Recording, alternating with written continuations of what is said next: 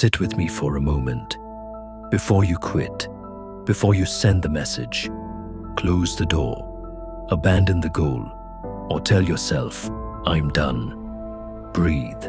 Many years ago, when I first entered the monastery, I tried to leave 3 times.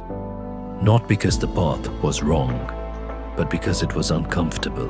There was an old monk who tended the garden. One winter morning, I told him, Master, I do not think I belong here. He continued pulling weeds and asked me, when you plant bamboo, how long does it grow before you see it above the soil? I did not know. He smiled and said, for years, nothing.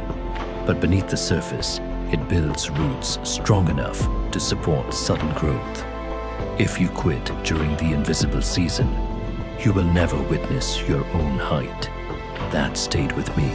Most of life is the invisible season. You practice, you fail, you doubt, you try again. Nothing seems to move. You question yourself. And because the world celebrates visible success, you mistake slow progress for failure. But growth is often silent. The mountain does not shout while it is forming.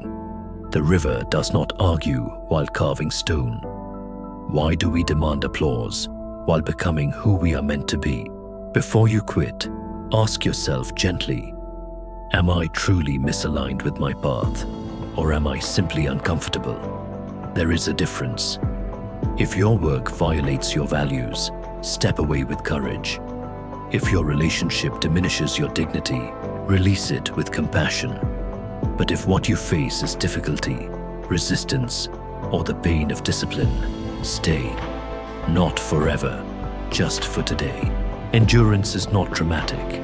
It is quiet. It is choosing to show up again when yesterday felt heavy. It is understanding that discomfort is often the doorway to transformation. When I almost left the monastery the 3rd time, I packed my small bag and walked toward the gate. The same old monk was there. He did not stop me. He only said, if you leave, leave because you have completed the lesson, not because the lesson has begun. I unpacked my bag. Years later, I understood what he meant. Many people leave at the beginning of growth because the beginning feels like loss. You lose certainty. You lose ego. You lose the illusion of control. But what replaces it is far greater: clarity, strength, and quiet confidence. So before you quit, sit still. Do not make permanent decisions from temporary emotions. Do not confuse fatigue with destiny. Do not mistake fear for intuition.